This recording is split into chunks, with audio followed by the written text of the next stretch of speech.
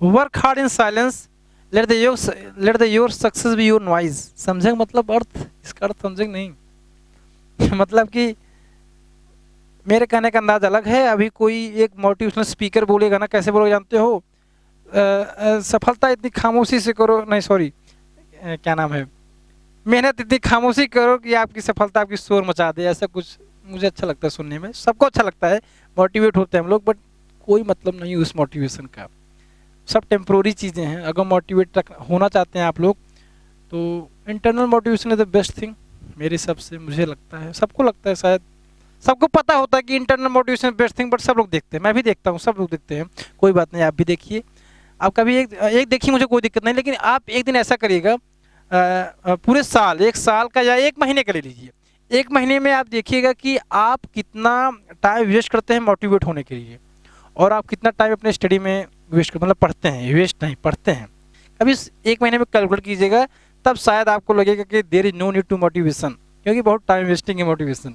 चलिए स्टार्ट करते हैं, और सब बढ़िया है सब आप सबका। तो शाम के 6 बज चुके हैं, आज हम स्टार्ट करेंगे। कल आपसे मैंने क्या बात की थी बेटा, हाइजेंस प्रिंसिपल के बारे में ना, समझ में आ गया था, किसी कोई दिक्कत तो नहीं। आज हम बात करेंगे, जो बात करेंगे बहुत ही अच्छा टॉपिक है, उसी से रिलेटेड है आगे, law of reflection by using Huygens principle, कैसे उसको प्रूव करेंगे, ठीक है। तो ध्यान सुनेगा, बहुत ही मजा आने वाला है, ठीक है। चलिए स्टार्ट करते हैं सर। चलिए हेडिंग लगाइए, law of reflection, law of reflection, reflection by using Huygens principle, मतलब कि हम तो लॉ ऑफ रिफ्लेक्शन पढ़े थे रे ऑफ लाइट में, रे ऑप्टिक्स में, रे ऑफ लाइट कर रहा हूँ, रे ऑप्टिक्स में। अब हम पढ़ेंगे यहाँ पे क्या, बाय यूजिंग हाइजेंस प्रिंसिपल, कैसे हम लॉ ऑफ रिफ्लेक्शन को प्रूव करते हैं, ठीक है बेटा। बहुत ध्यान सुनिएगा, बहुत इंपॉर्टेंट है, लगा लीजिए, बहुत इंपॉर्टेंट, एग्जाम में हर साल पूछता है बेटे, तो this is very important from the exam point of view, using Huygens principal,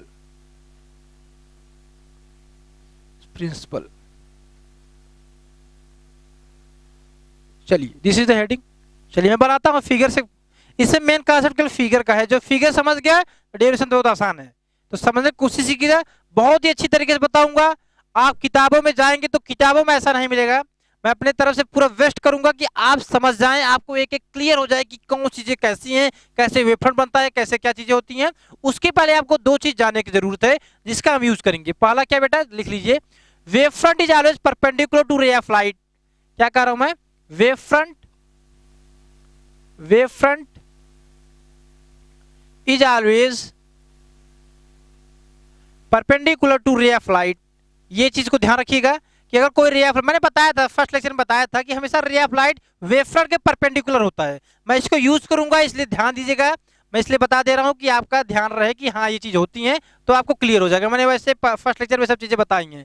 क्या, wavefront is always perpendicular to ray of light, इसको नोट कर लीजिएगा, अपना नोट ऐसे रफली लिख लीजिएगा, ये चीज लिखने की जरूरत नहीं है प्रूफ में, बट आपके दिमाग में चीजें रहे कि हाँ हम इसी दो प्रिंसिपल का यूज करेंगे। और सेकंड क्या है बेटा, सेकंड यही है, अगर कोई आपका एक वेवफ्रंट दिया है तो उसके सहायता से हम लोग आसानी से एक नया वेवफ्रंट बना सकते हैं। कैसे, मैंने बताया था कि पॉइंट सोर्स के द्वारा एक सेकेंडरी वेवफ्रंट तैयार होता है, इसमें हम अगर कॉमन टेंजेंट खींच देते हैं तो कैसा बन जाता है, एक सेकेंडरी वेवफ्रंट तैयार हो जाता है। मतलब क्या, अगर ये आपका वेवफ्रंट तैयार है, एक आर्क, हमें जहां जैसे कि होता है कि हमें पूरा स्फेरिकल वेवफ्रंट बनाने की जरूरत नहीं पड़ती, तो हम क्या करते हैं, एक आर्क टाइप बना देते हैं, इसके बाद उसको मिला देते हैं, हमारा क्या तैयार हो जाता है, वेवफ्रंट। अभी ये आर्क मैं जब यूज करूंगा डेरिवेशन में तो आपको वो क्लियर होगा। आर्क मतलब यही है बेटा कि ये स्फेरिकल, तब मैं केवल इसका एक पार्ट यूज कर रहा हूं कि हम आसानी से वेवफ्रंट बना दे, जरूरत नहीं स्फेरिकल बनाने की, जब डेरिवेशन करेंगे वहां जरूरत नहीं पड़ती, ठीक है। चलिए ये दो चीज याद रखिएगा, ये दो चीज आप लोग याद रखिएगा, क्योंकि हम इसका यूज करेंगे, ठीक है, दोनों चीजों को याद रखिएगा। चलिए स्टार्ट करते हैं डेरिवेशन। चलिए ये आपका reflecting surface, okay, this is the reflecting surface, यहां से आपकी रे ऑफ लाइट आ रही है बेटे, ठीक, रे ऑफ लाइट आ रही है। अब आप बताइए, this is the incident ray, this is the incident ray, और आप जानते हैं अगर हम वेवफ्रंट बनाना चाहते हैं, हमेशा वेवफ्रंट किसके परपेंडिकुलर, देखो अब यूज आ गया, वेवफ्रंट हमेशा रे ऑफ लाइट के परपेंडिकुलर होता है। यहाँ तक क्लियर है? ये तो चीज जानते हैं ना। अभी मैंने लिखा है कि जो वेव फ्रंट आपका होता है वो हमेशा रे ऑफ लाइट के परपेंडिकुलर होता है। हम इसको हाइजेंस प्रिंसिपल के थ्रू प्रूफ करेंगे। इसका मतलब वेव फ्रंट का यूज करके हम इस डेरिवेशन, इस लॉ ऑफ रिफ्लेक्शन को, या we can say the law of reflection को प्रूफ करेंगे। ओके, तो ध्यान सुनिएगा। तो हम एक परपेंडिकुलर बनाते हैं इसके, इस इंसिडेंट रे के एक वेव फ्रंट, ये परपेंडिकुलर किसके, this is the perpendicular, also this is perpendicular. बहुत ध्यान समझिएगा, एक एक कॉन्सेप्ट क्लियर हो गया बेटा, बहुत ध्यान समझना। वाकई में थोड़ा टफ पड़ता है कि क्योंकि इसमें काफ़ी चीज़ें नई बार पढ़ते हैं बच्चे वेव फ्रंट के बारे में, तो थोड़ा सा टफ पड़ता है। बट पूरा भरोसा कर रखिए मेरे ऊपर कि हम इसको अच्छे समझाएंगे, आपको मज़ा आने वाला है। या ध्यान दीजिए कि मज़ा आने वाला है बस फिजिक्स पढ़ने में, और कुछ नहीं। चलिए, मैं क्या कहा, अगर रे ऑफ लाइट इंसिडेंट रे आप ये इंसिडेंट रे है, मैं लिख देता हूँ, एक एक टर्म लिख देता हूँ, एक एक टर्म आपको, जो बच्चा कुछ भी नहीं आता वो भी समझेगा, जिसको बहुत कुछ आता है वो तो समझेगा ही, मान लो। ठीक है, ऐसे बहुत से बच्चे हैं जिनको कुछ नहीं आता, ऐसा है लेकिन वो भी समझेंगे, चिंता ना करो। चलिए ठीक है, इंसिडेंट रे है, हम वेफर बनाना चाहते हैं, तो मैंने क्या किया, इसके परपेंडिकुलर एक रे मतलब कि वेफर बना दिया। वेफर ये प्लेन वेफर है बेटा, this is the plane wafer, इसका नाम रख देते हैं A B. This is the plane wafer. Plane wafer ऐसे होता है, मतलब कि एक प्लेन की तरह होगा, बट उसका अपर पार्ट यूज कर रहे हैं, दिस इज 2D, तो we can not draw in the plane in this 2D board. Okay, तो ध्यान दीजिएगा, this is the plane wave front A B.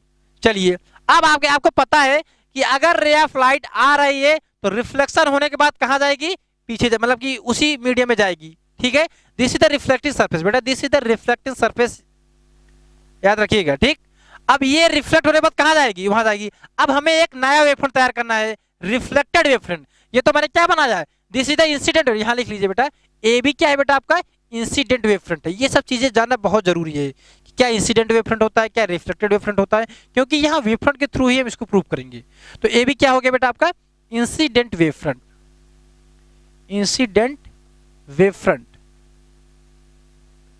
ठीक है, this is the incident wavefront. अब हम इस वेवफ्रंट के द्वारा एक और वेवफ्रंट तैयार करना चाहते हैं, कैसा वेवफ्रंट, रिफ्लेक्टेड वेवफ्रंट। कैसे तैयार करेंगे, ध्यान सुनिए।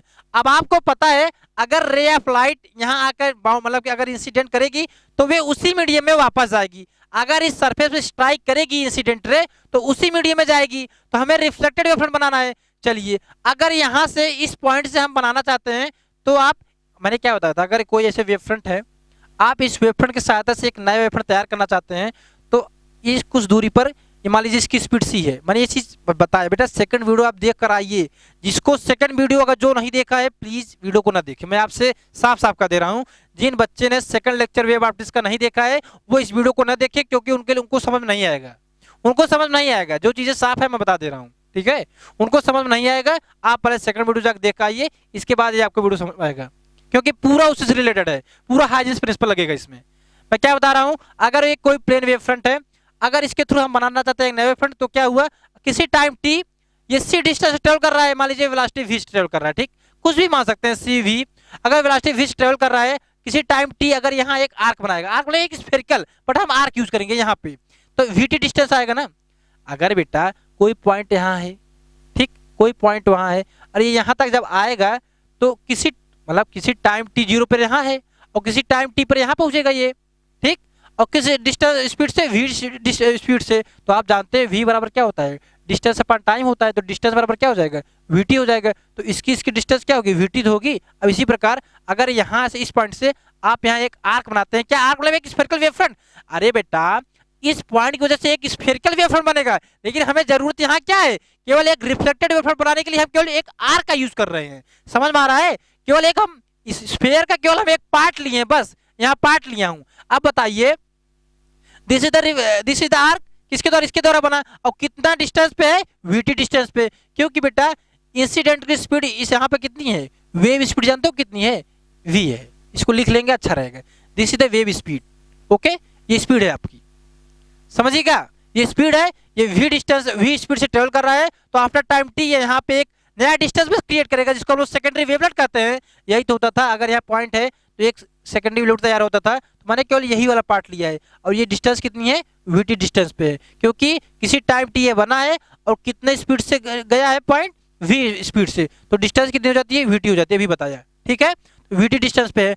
अब बताइए, अगर लाइट यहाँ पे स्ट्राइक करेगी तो इसी मीडियम में जाएगी ना। तो इसके थ्रू अगर हम बनाना चाहते हैं वेव फ्रंट तो कहाँ बनेगा, यहाँ कहीं बनेगा, इधर कहीं बनेगा। अरे यार कहीं भी आप बना सकते हो, बट हमें जरूरत जहाँ है वहीं तो बनाएंगे, जरूरत जहाँ है वहीं बनाएंगे। तो इस पॉइंट की वजह से, जो पॉइंट ए है आपका, इसकी वजह से मैंने एक नया क्या बना दिया, वेव फ्रंट, उसका एक आर्क इधर बना दिया। ठीक है, अगर ये पॉइंट है बेटा ना, ये पूरा स्फीयर टाइप बनेगा तो आप कहीं बना सकते हो जहां हमें जरूरत होगी। प्रूफ करने के लिए जो हमें जरूरत होगी उसको तो हम करेंगे ही। ठीक है, समझ रहे हो ना। तो बी पॉइंट के द्वारा यहाँ एक बनाया मैंने सेकेंडरी वेव टाइप में, और ए पॉइंट द्वारा यहाँ बनाया। आप क्या करिए बेटा, इन दोनों को मिला दीजिए, इन दोनों को आप क्या करें, मिला दीजिए। ठीक है, आप इन दोनों को जब मिला देंगे तो ये आपका क्या बन जाएगा बेटा, रिफ्लेक्टेड वेव फ्रंट। ये आपको, इसको सीडी नाम दीजिए। देखिए समझिएगा बेटा, थोड़ा सा टफ पड़ेगा, मैं मान रहा हूँ थोड़ा टफ पड़ेगा। ठीक है, इसलिए एक एक स्टेप को समझते जाइएगा, क्योंकि अभी फिगर आपका इधर खिचड़ी हो जाएगा तो समझ नहीं पाएंगे। इसलिए बार बार कर रहा हूँ, एक एक स्टेप को समझते रहिए, एक एक स्टेप समझते रहिए। मैंने क्या बताया, मैंने बी की वजह से हमें क्या बनाना है, पहले ध्यान सुनिए। हमें एक plane wave front A B है, इसकी वजह से एक हमें नया वेव फ्रंट तैयार करना है। तो मैंने क्या किया, बी पॉइंट के थ्रू यहाँ एक आर्क बना दिया। मीन्स आर्क मतलब अगर पॉइंट भी है तो एक सेकेंडरी वेवलेट बना दिया, समझिए, सेकेंडरी वेवलेट बना दिया। और ए पॉइंट की वजह से यहाँ बना दिया। क्यों यहाँ बनाया, यहाँ भी बना सकते थे, लेकिन यहाँ में जरूरत नहीं ना, क्योंकि हमें पता है अगर इंसिडेंट लाइट, अगर रिफ्लेक्शन है, अगर इंसिडेंट लाइट अगर इस सरफेस पे स्ट्राइक करेगी तो इसी मीडियम में जाएगी, तो हमें यहाँ जरूरत थी रिफ्लेक्टेड रे की। तो मैंने इसलिए रिफ्लेक्टेड वेव फ्रंट बनाया, क्या, सीडी। तो सीडी आपका क्या बन गया बेटे, रिफ्लेक्टेड वेव फ्रंट। ऐसा reflected wave front, this is the reflected wave front. समझ में आया, this is the reflected wave front. Okay, clear है यहाँ तक। अब ध्यान सुनिए, अब हमें रे बनाना है, रिफ्लेक्टेड रे बनाना है। कैसे बनाएंगे, हमें अच्छी तरीके से बच्चा पता है कि रिफ्लेक्टेड रे, कोई भी रे ऑफ लाइट वेव फ्रंट के परपेंडिकुलर होती है। ये चीज तो पता है बेटा, अभी इसी लेक्चर के फर्स्ट में मैंने बताया कि हम इसको यूज करेंगे। दो टर्म यूज करूंगा, एक रे ऑफ लाइट हमेशा वेव फ्रंट के परपेंडिकुलर होता है, दूसरा जो वेव फ्रंट बनाने का तरीका है। नहीं, दो प्रिंसिपल का यूज कर रहा हूं मैं। ठीक है, तो यहां से अगर हमें परपेंडिकुलर खींच सकते हैं, यहां से अगर खींचना चाहें तो खींच दीजिए परपेंडिकुलर, और एक इस पे खींच दिए परपेंडिकुलर इस वेव फ्रंट पे, और एक इस वेव फ्रंट पे परपेंडिकुलर खींच दीजिए। तो ये दोनों रे ऑफ लाइट क्या हो जाएंगी, रिफ्लेक्टेड रे है। क्या है ये, अरे बेटा एक इंसिडेंट लाइट यहाँ आई, इंसिडेंट रे, यही तो इंसिडेंट रे थी, तो एक रिफ्लेक्टेड रे यहाँ जाएगी, और एक इंसिडेंट लाइट यहाँ स्ट्राइक कर रही है तो एक रिफ्लेक्टेड रे यहाँ जाएगी। और आप देख रहे हैं रिफ्लेक्टेड रे इस वेव फ्रंट के किसके, जो आपने सीडी वेव फ्रंट बनाया इसके परपेंडिकुलर है। This is the perpendicular, clear, this is the perpendicular. ये सीडी जो आप ये देख रहे हैं, एडी जो देख रहे हैं ना, जो एडी रिफ्लेक्टेड रे है, ये सीडी के परपेंडिकुलर है। ध्यान दीजिएगा, ध्यान दीजिएगा बच्चे, जो ये एडी आपका रिफ्लेक्टेड रे है, this is the perpendicular to wave front CD, clear. और ये भी जो सी, अगर मान लो इसका नाम ई रख देते हैं, तो सी आप भी किसके परपेंडिकुलर है, सीडी वेव फ्रंट के। सीडी कैसा वेव फ्रंट है, रिफ्लेक्टेड वेव फ्रंट है। एक एक पॉइंट को सुनते रहिए, मैं बार बार कर रहा हूँ, थोड़ा सा टफ पड़ता है, इसलिए बेटा एक एक पॉइंट को सुनते रहो तभी समझ में आएगा। यहाँ तक क्लियर हुआ, यहाँ तक क्लियर हुआ सबको। चलिए अब क्या करना है, हमें अभी यहाँ तक फिगर बन गया, अब हमें प्रूफ करना है। हम क्या करते हैं, यहाँ एक नॉर्मल खींचते हैं। ध्यान सुनिएगा, बहुत ध्यान सुनना बच्चा, मैं बार बार कर रहा हूँ, ध्यान सुनना तभी समझ में आएगा, क्योंकि बेटा थोड़ा सा टफ पड़ता है, मैं इस चीज़ को मानता हूँ। अगर यहाँ नॉर्मल खींच देता हूँ मैं, थोड़ा सा मैं ब्लैक यूज़ कर लेता हूँ कि आप लोग क्लियर रहेगा। ठीक है, चलिए अगर हम यहाँ नॉर्मल यूज़ कर देते हैं, नॉर्मल खींचते हैं, आप ही बताना, हम नहीं बताएंगे, आप ही बताएंगे इस चीज़ को। अगर हम यहाँ नॉर्मल खींच देते हैं तो बताइए आप लोग क्या बताना है। अगर ये आई है, ठीक, तो ये कितना होगा, कोई बता पाएगा। ध्यान सुनिए, मैं समझा रहा हूँ, ध्यान सुनिए। अगर ये आपका एंगल, बहुत ही ध्यान सुनना यार, मैं बार बार कर रहा हूँ क्योंकि थोड़ा सा यहाँ कॉम्प्लेक्सिटी आ जाती है, क्योंकि इतना ज़्यादा फिगर बनता है। अगर ये एंगल आई है, हमने क्या बताया, ये आपका जो एडी है, ये इंसिडेंट वेव फ्रंट इसके परपेंडिकुलर है, तो ये मैंने 90 बनाया है ना। अगर बेटा ये आई है, ये पूरा 90 है, तो ये कितना हो जाएगा, 90 माइनस आई होगा, नहीं होगा, 90 माइनस आई होगा, नहीं होगा।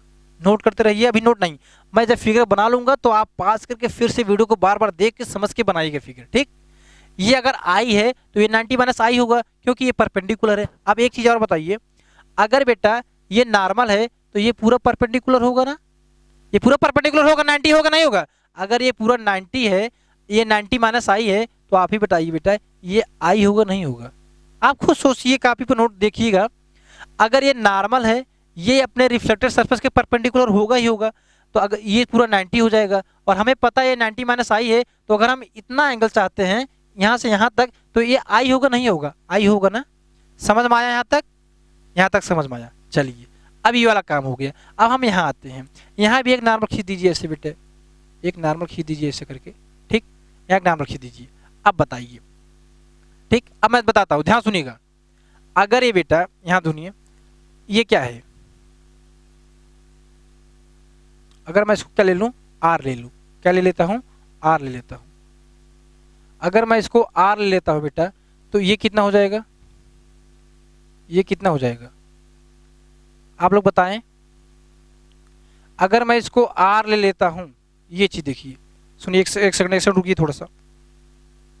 मैं क्या करता हूँ, थोड़ा सा मुझे रब करना है, एक चीज रब करता हूँ, ध्यान सुनिएगा थोड़ा सा, ठीक। मैं क्या करता हूँ, नॉर्मल यहाँ नहीं खींचता हूँ मैं, सुनिए नॉर्मल में कहाँ खींचना है, ध्यान सुनिएगा।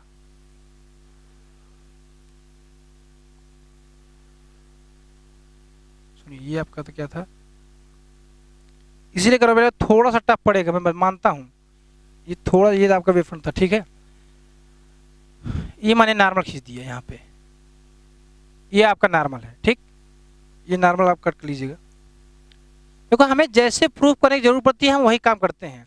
अगर हम यहाँ नॉर्मल खींचते हैं, ये रिफ्लेक्टेड वेवफ्रंट और ये रिफ्लेक्टेड रे के बीच, अगर ये आर है बेटा,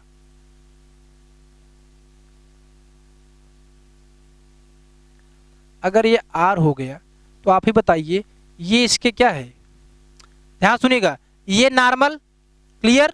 और आप जानते हैं दिस इज द CD क्या है आपका, रिफ्लेक्टेड वेवफ्रंट है, ये रिफ्लेक्टेड रे है, ये तो परपेंडिकुलर है ना इसकी, ये यहाँ लिखा हूँ परपेंडिकुलर है नहीं। अगर ये आर है तो ये भी, ये एंगल कितना हो जाएगा बेटा, 90 माइनस आर, 90 माइनस आर हो जाएगा, ध्यान दीजिएगा 90 माइनस आर। अरे बेटा यहाँ नॉर्मल इसलिए नहीं खींचा क्योंकि हमें नॉर्मल जानते हो कहाँ खींचना है, रिफ्लेक्टेड वेवफ्रंट और रिफ्लेक्टेड रे के बीच खींचना है, इसलिए मैंने नॉर्मल यहाँ खींचा, समझे नहीं। जैसे यहाँ पे इंसिडेंट रे और इंसिडेंट वेवफ्रंट के बीच में नॉर्मल खींचा है, वैसे यहाँ भी। क्लियर हुआ यहाँ तक? अब बताइए, अगर ये 90 माइनस आर हो गया, ये पूरा एंगल कितना है यहाँ से, ये normal, this is the normal. अब नॉर्मल से और रिफ्लेक्टेड सरफेस के बीच का एंगल 90 होगा नहीं, ये एंगल बेटा 90 होगा नहीं होगा, आप ही बताइए। अगर ये 90 है और ये 90 माइनस आर है, ये पूरा यहाँ से देखिए, ये नॉर्मल से देख लीजिए, ये पूरा नॉर्मल से यहाँ तक 90 है, और हम यहाँ रेड वाले से अगर निकालना चाहे एंगल कितना हो जाएगा, आर होगा नहीं होगा, आर बचेगा, क्योंकि जब ये पूरा 90 है तो रेड वाले से यहाँ रिफ्लेक्टेड सरफेस तक कितना, आर एंगल होगा। तो हम क्या, हमें क्या मिलता है कि जो रिफ्लेक्टेड वेवफ्रंट है और ये सरफेस है, इसके बीच का एंगल कैसा है, आर है। हमें क्या मिला यहाँ से, थोड़ा सा खिसपिच हुआ है फिगर में, लेकिन आप फिर से वीडियो को देखेंगे, एक एक टर्म समझाया हूँ, हमें नहीं समझ में किसी को दिक्कत हो। ये बेटा आपका नॉर्मल था, ये आपका नॉर्मल था, ये पूरा 90 डिग्री होता है, हमें यहाँ तक एंगल पता है 90 माइनस आर है। तो अगर हमें ये निकालना है यहाँ से यहाँ तक, रेड वाले से इस रिफ्लेक्टिंग सरफेस तक, तो ये आर हो जाएगा। यहाँ तक समझ में आ जाए? हमें क्या पता लगा, हम एक नई डिफिनेशन जाने, क्या जो एंगल ऑफ इंसिडेंस होता है, क्या होता है angle of incidence, reflected surface और इंसिडेंट, सॉरी, जो आपका रिफ्लेक्टेड, या you can say the reflecting surface और ये इंसिडेंट वेवफ्रंट, इसके बीच का एंगल है, किसके बीच का, आप देख रहे हैं यहाँ देखिए, A be the incident wavefront, this is the reflecting surface, तो इसके बीच का एंगल आई हो गया। इसी प्रकार यहाँ देखिए, this is the reflecting surface and this is the reflected wavefront. अरे देखो बच्चा, this is the reflected wavefront CD, और ये रिफ्लेक्टिव सरफेस है, इसी के बीच का एंगल आर हो गया। समझ में आया? दिस इज द, ये फिगर है, हमें प्रूफ क्या करना है, एंगल आई बराबर एंगल आर। किस ट्रायंगल में देख लीजिए, वही ट्रायंगल ले लीजिए, बस प्रूफ कर लीजिए। देखिए किस ट्रायंगल में है, अब देखिए ट्रायंगल क्या लेंगे, इन ट्रायंगल ABC। एक चीज और बताइए, एक चीज और बता दीजिए मुझे, जब यहाँ से यहाँ तक आने पर VT डिस्टेंस ट्रेवल किया, तो बेटा यहाँ से भी यहाँ भी हम वेवफ्रंट बना रहे हैं, तो ये भी तो VT होगा, ये भी VT होगा, और B से C ये भी VT होगा।